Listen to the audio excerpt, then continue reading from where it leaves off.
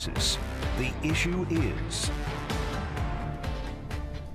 I'm Rudy Koski in Austin. I'm Greg Grugan in Houston. And I'm Stephen Dial in Dallas. And this is Texas, the issue is. Our assignment is the school voucher debate, which is getting underway under the Capitol Dome here in Austin. The idea has different names like school choice, parental rights, and recently relabeled as education savings accounts by Governor Greg Abbott during his State of the State address. The chairman of the Texas House Democrat Caucus, Trey Martinez Fisher, considers it, whatever you want to call it, a bad idea, and certainly not the way to fix what he believes is a flawed education funding formula. The governor has these ideas that he wants to privatize schools and have these vouchers. That's only going to take money out of our schools. By my count, we are already short. We are in the negative when it comes to public education funding. So I'll give you a good example. 2 years ago, we fully negotiated $47 billion to be spent in public schools. And this time around for this budget, that number is now $38 billion. We're just coming out of a pandemic. We're in the middle of crazy inflation. Eggs cost $6 a dozen, and we're taking $9 billion out of public education and saying that we're fully funding it. That doesn't pencil with me. That doesn't pencil with the people that I represent. And so before we start talking about any shenanigan or any scheme to take money out of our public schools, we want to make sure that we actually do right by our teachers and our kids and our families and make the investments to fully fund public education. Why shouldn't a parent be able to use their tax dollars and put it into the school that they want their kids to be in? Well, I don't hear that conversation of saying, well, I don't have a car, give me my money back for whatever you spend on roads. Or, hey, incidentally, I don't go to parks. I don't like parks, so just give me my park money back. We don't do a la carte budgeting in the state of Texas. We're all in for one Texas, one community, one state. We're big, 254 counties, 31 million people. We cannot write a budget that's going to take the wants and the needs and the select items that people think is worth investing in. We're investing in our entire state. Several years ago, the state was sued over its education funding formula, and it still struggles into getting money to schools. So talking vouchers now, not the right time?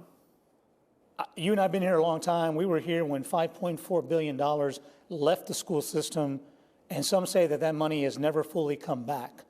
Since the pandemic, we have not put real resources in education since the pandemic.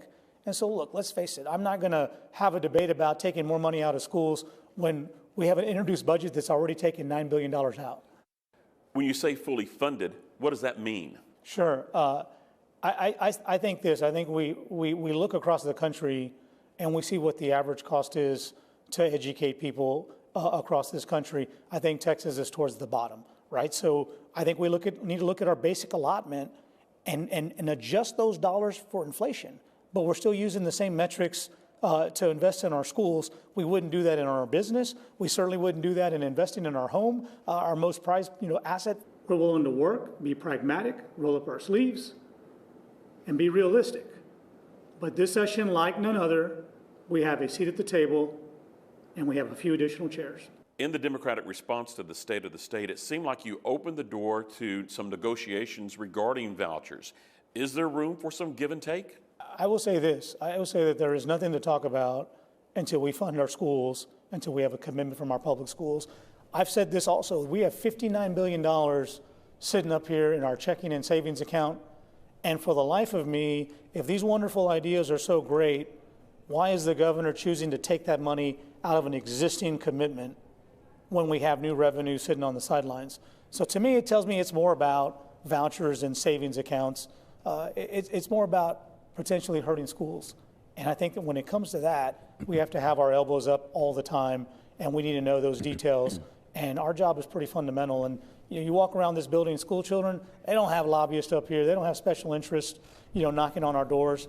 We're their voice, and we're here to do our jobs.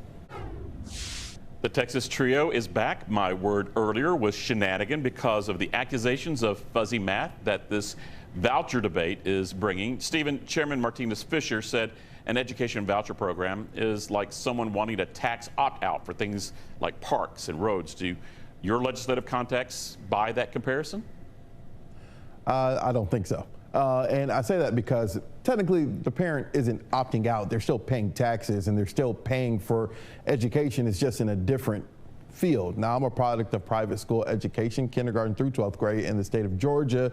But this is really going to come down to, I mentioned preferences because it's should tax dollars be used for this. Now, other states do this, but the big question is Texas going to fall in line with what dozens of other states have done? Another concern has been accountability. We touched on that during that governor's interview of some educators saying that they can't be held, private schools can't be held to the same standards. So opt out, I think, is a stretch.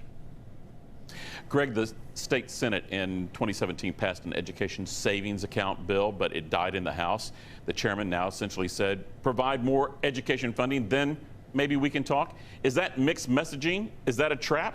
Rudy, call me cynical, but it appears Chairman Martinez Fisher is counting on folks having a very short memory.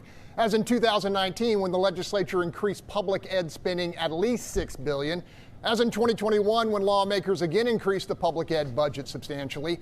And most importantly, the chairman made absolutely no mention of billions of federal COVID catch-up dollars, which flowed directly through the state to local districts to be spent or saved at their discretion. I also didn't hear anything about the benefit public schools receive from the sky-high property tax appraisals we've all experienced in this state, or the billions in reserve funds collectively socked away by ISDs. Make no mistake, this is an old-fashioned turf war over money, and rightly or wrongly, Democrats are playing the impoverished public school sympathy card. Stephen, more than 24 states allow some type of public education money transfer, and there are others like Texas proposing to do it now. Does the big budget surplus in Texas provide an opportunity for some legislative give and take? That can be a selling point for some lawmakers, but then on the other side of the coin, someone can say, well, we can't guarantee that that budget surplus will continue to be around. Now, there was an unexpected surplus due to inflation, and as Greg mentioned, some school districts talking about education funding.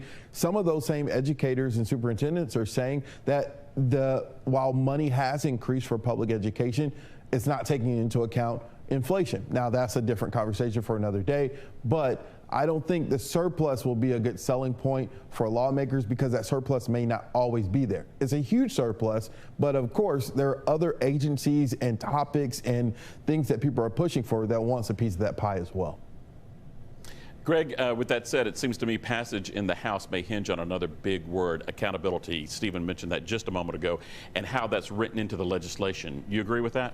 I do agree. Accountability will be an issue, but I think Abbott and Patrick are going to have to sell critical rural lawmakers on the concept of tax dollars following the child and not the other way around. A big Republican theme is empowering parents. What could be more empowering than giving parents the resources to educate their kids how and where they want? Will a freewheeling system have some abuses? I think the answer is yes. However, Texas public schools have plenty of so-called accountability measures, and collectively their performance has been mediocre at best for decades. Stephen, we had somewhat of a case of a powering down the state school board a few weeks ago, voting to remove its opposition to vouchers without endorsing the idea. That's a big signal to state lawmakers. Are you seeing any signs rural lawmakers are going to go in line with that, go in line with the governor?